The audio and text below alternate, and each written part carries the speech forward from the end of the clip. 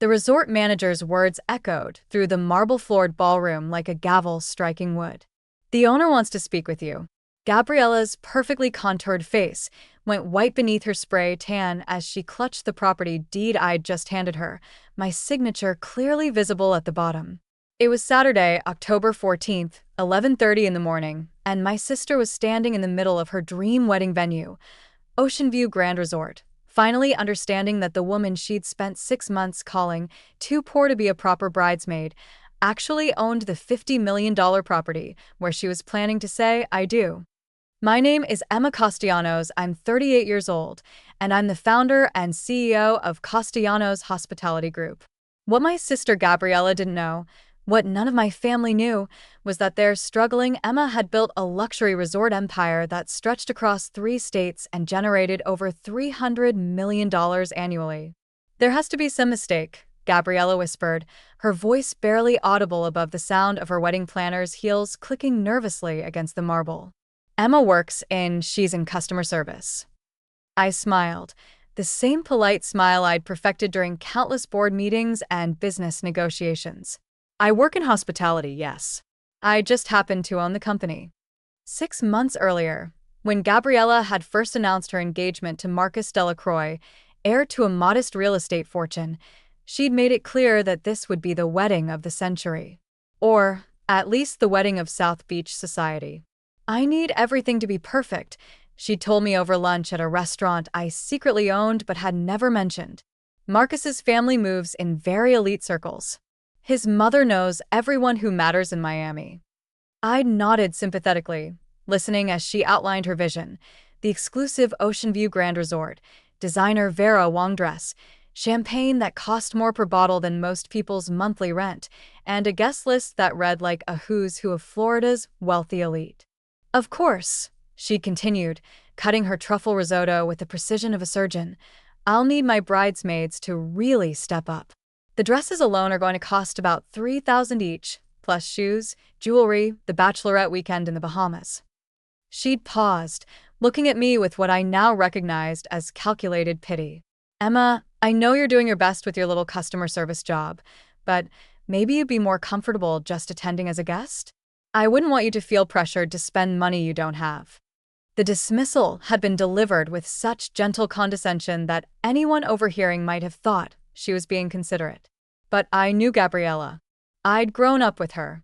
I knew the difference between her genuine concern and her strategic positioning. What she didn't know was that the little customer service job she referenced was my way of staying connected to the ground-level operations of my hotels.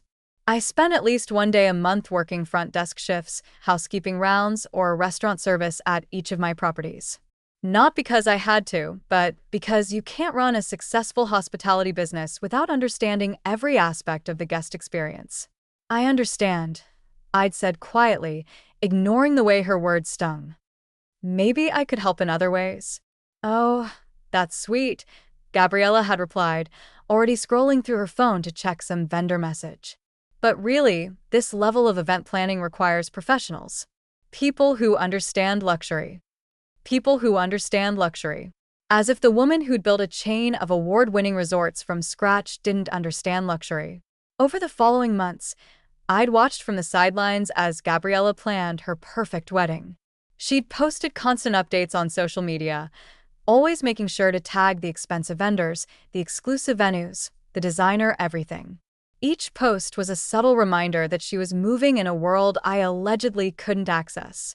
The breaking point had come 3 weeks ago at our cousin Maria's birthday party. Gabriella had spent the entire evening holding court, describing her wedding plans to anyone who would listen. "The venue alone is costing us $50,000, she'd announced, loud enough for the entire backyard gathering to hear. "But when you're getting married at the Ocean View Grand, you pay for exclusivity." I'd nearly choked on my wine. $50,000 for a venue that I could have provided for free since I owned it. "Emma, you should really see this place," she continued, finally acknowledging my presence. "I mean, I know you'll never be able to afford to stay there, but maybe someday when you're more financially stable, you could visit during off-season." The casual cruelty of it had taken my breath away. Not because I cared about the money. I could buy and sell the Ocean View Grand a dozen times over, but because my own sister genuinely believed I was so far beneath her that I'd never even be worthy of visiting her wedding venue as a paying guest. That night, I'd called my general manager at Ocean View Grand. Janet, I need you to pull up the Delacroix Castellanos wedding file. Of course, Ms. Castellanos. October 14th, correct? They've booked the entire resort for the weekend. Very expensive affair. I'm sure it is. I want you to do me a favor. I want to be personally involved in every aspect of this event. Every vendor meeting, every tasting, every planning session. But Janet. Yes, ma'am? The client doesn't know I'm the owner. As far as she's concerned, I'm just another member of the hospitality staff. Can you make that work? Janet had been with me for 8 years. She understood discretion. Absolutely. What level of access do you want? Everything. I want to see exactly how my sister treats people she thinks are beneath her. What I discovered over the following weeks had been both heartbreaking and illuminating. Gabriella wasn't just demanding with the staff. She was cruel. She'd made Janet's assistant cry over a flower arrangement that was obviously wrong, despite being exactly what she'd ordered. She'd screamed at the catering manager for suggesting a menu modification that would save money without compromising quality. She'd even reduced the head of security to visible frustration by insisting that certain guests receive lesser treatment because they weren't important enough for the premium service. But the moment that had sealed my decision came during the final venue walkthrough, just 2 days ago. I'd been standing in the back of the ballroom, dressed in my staff uniform, taking notes on last-minute setup requirements when I heard Gabriella talking to her maid of honor, Stephanie. I just feel bad for Emma sometimes, she'd said, her voice carrying clearly across the empty space. I mean, she's trying so hard to act like she belongs in our family, but she'll never have what we have. Some people are just meant to serve others, you know? Stephanie had nodded. At least she found work she's suited for. Customer service is perfect for someone like her. Exactly. She can make people feel special without actually being special herself. They'd laughed together, the sound echoing off the crystal chandeliers I'd personally selected when I designed the ballroom. That's when I'd made my final decision. Now, standing in that same ballroom with my sister holding the property deed in her trembling hands, I felt something I hadn't experienced in years, complete and total control over someone who had spent months trying to make me feel small. I don't understand, Gabriella said, looking between me and Janet, who stood beside me in her professional manager attire. You work here? I own here, I corrected gently.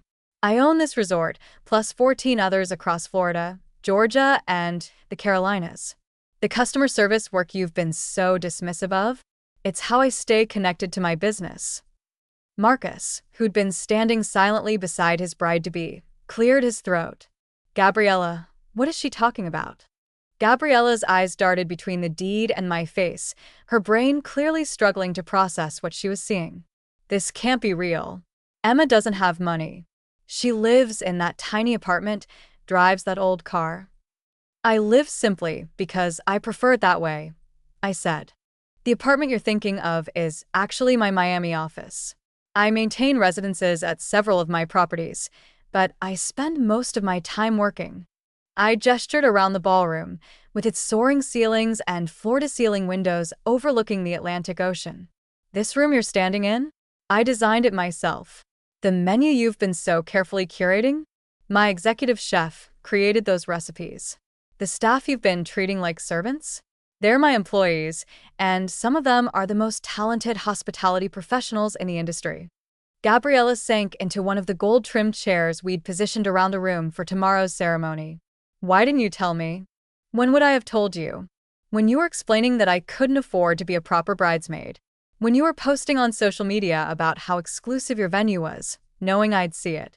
When you told our entire family that some people are meant to serve others. Her face crumpled. You heard that. I hear everything that happens in my hotels, Gabriella. It's my job. Marcus stepped forward, his expression a mix of confusion and dawning embarrassment. Emma, I had no idea. Gabriella told me you worked in, she said you were? Struggling financially? I supplied. Beneath your social circle? Not worth including in the important pre-wedding events. Marcus looked at his fiancée with something approaching horror. Gabriella, this is your sister. She let me believe. Gabriella started, then stopped. Because, of course, I hadn't let her believe anything. She decided what she wanted to believe about me, and I'd simply never corrected her assumptions. What happens now? She asked, her voice small. I looked around the ballroom, at the thousands of dollars worth of flowers and decorations that were already being installed for tomorrow's ceremony. At the staff members who'd been working overtime to ensure every detail was perfect. At my sister, who looked smaller than I'd ever seen her. That depends on you, I said finally. What do you mean? I mean you have a choice. Your wedding can go on exactly as planned. Every vendor, every detail, every moment you've envisioned. Or what? Or you can explain to your 200 guests why the ceremony is being relocated on 24 hours' notice. The threat hung in the air like humidity before a storm. Gabriella's eyes widened as she realized what I was saying. You wouldn't. I wouldn't what? Cancel a client's booking for treating my staff poorly? For creating a hostile work environment? For demonstrating the kind of behavior that goes against everything my company stands for? I pulled out my phone and showed her the screen, where several video files were queued up. I have security footage of every interaction you've had with my staff over the past month. The way you spoke to Janet's assistant. The way you screamed at Miguel in catering. The way you made Carla from housekeeping cry because the bathroom towels weren't folded exactly the way you wanted. Gabriella's face went from white to green. You were recording me?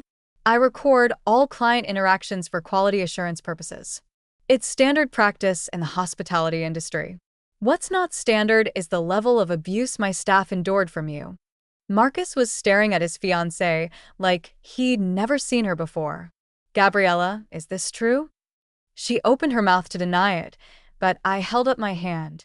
I can show you the footage right now if you'd like. No, she whispered. No, it's true. The admission seemed to deflate her completely. She sank deeper into the chair, her designer dress pooling around her like melted silk. I want you to understand something, I continued, my voice softer now but no less firm. Every person on my staff is here because they're excellent at their job. They take pride in creating magical experiences for our guests. They don't deserve to be treated like they're invisible or stupid or less valuable than the people they're serving.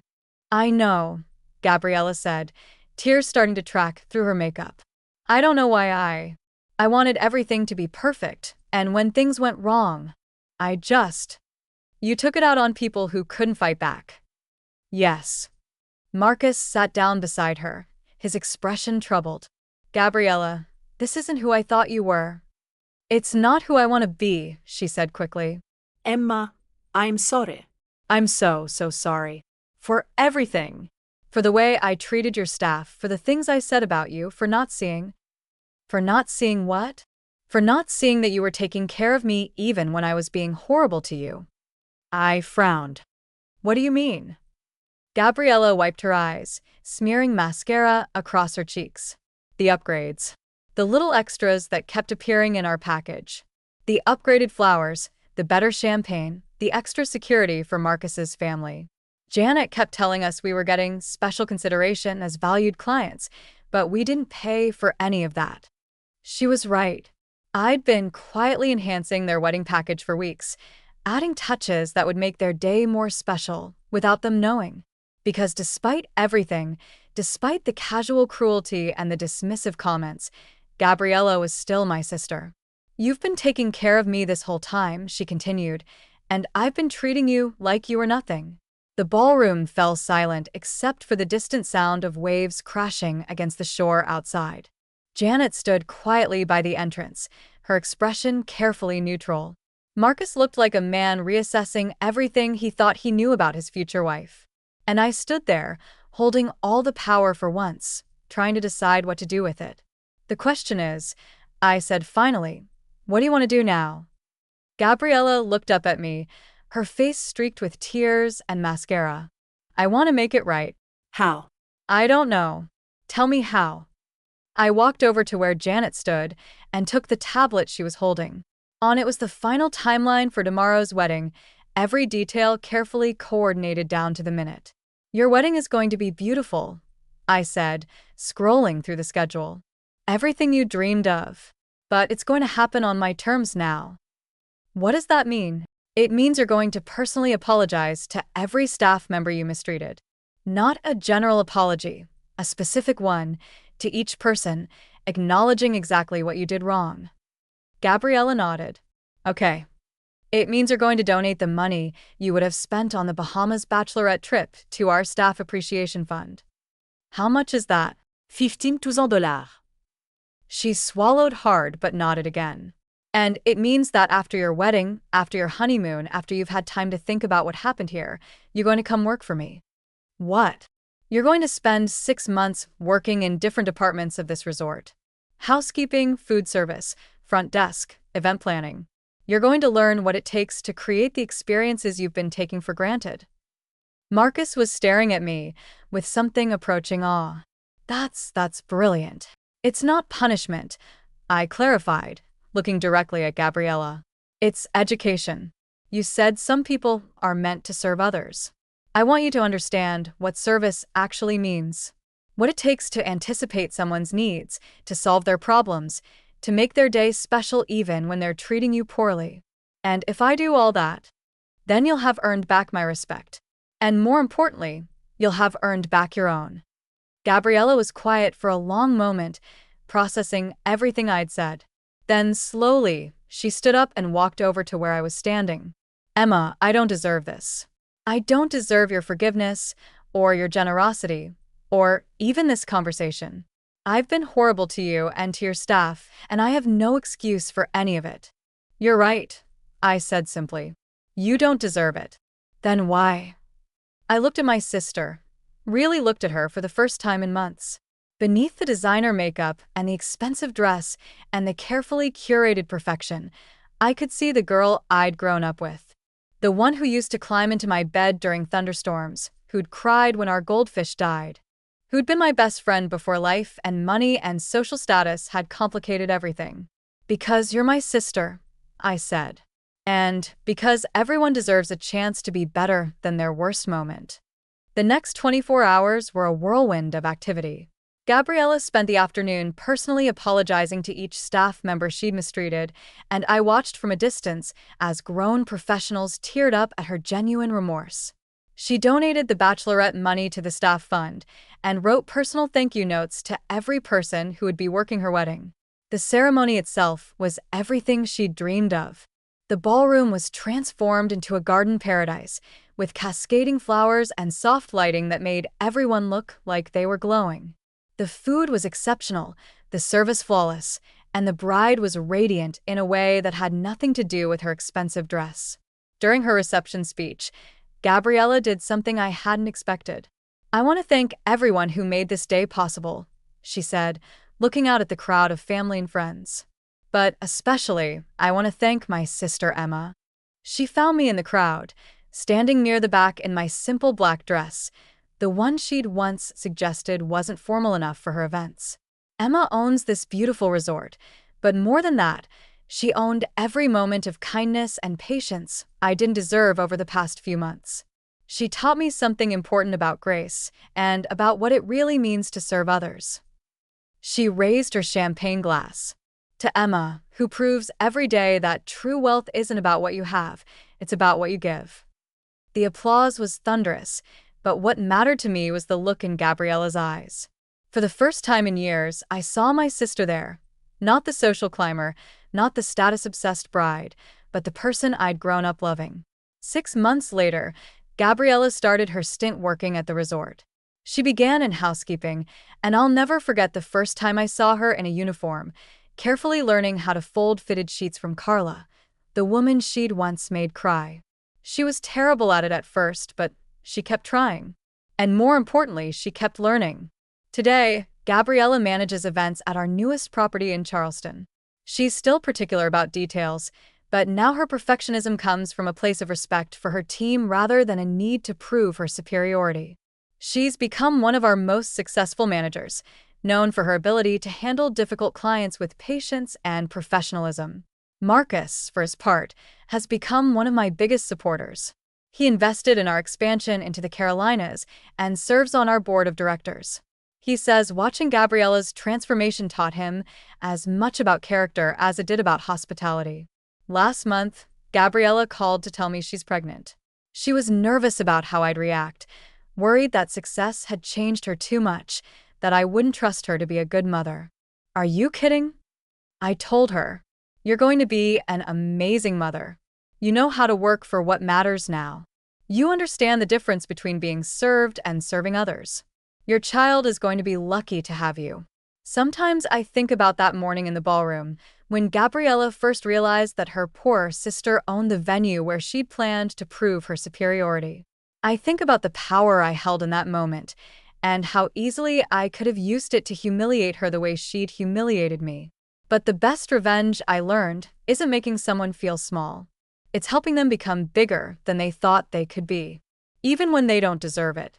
Especially when they don't deserve it. Because that's what family does. Not the family you're born into, but the family you choose to build through forgiveness, growth, and the decision to see people as they could become rather than as they are. Some dreams do come with hidden costs. But sometimes, if you're willing to pay them, everyone ends up richer than they started.